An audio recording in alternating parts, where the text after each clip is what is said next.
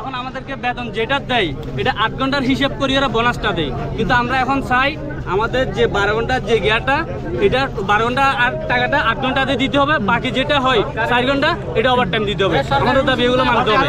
নিত্য নৈতে আমাদেরকে ধমকি দিয়ে কাজ করে আমাদেরকে, আর যেখানে আমাদেরকে 5 জন 6 10 8 জন দিয়ে কাজ করবো ওইখানে কি জোর জবরদস্তি আমরা একটা চাকরিজীবী, আমাদের ফ্যামিলি আমাদের উপর নির্ভর করে, সেই কারণে আমাদের কি ওরা নিত্য নৈতে ধমকি দিয়ে 5 জনের কাম 7 জনের কাম 2 জন দিয়ে করা কেন?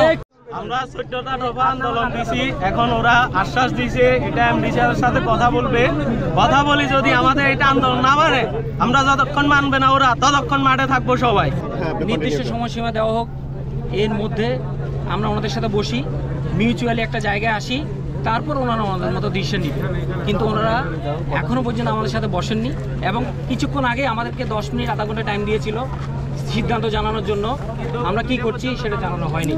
সব দাবি একজন এমপ্লয়ি হিসেবে এবং ম্যানেজমেন্টের পক্ষ থেকে বলতে পারি, অ্যাট এ টাইম ইনস্ট্যান্ট ডিসিশনে কেউ সব দাবি মানতে পারবে না।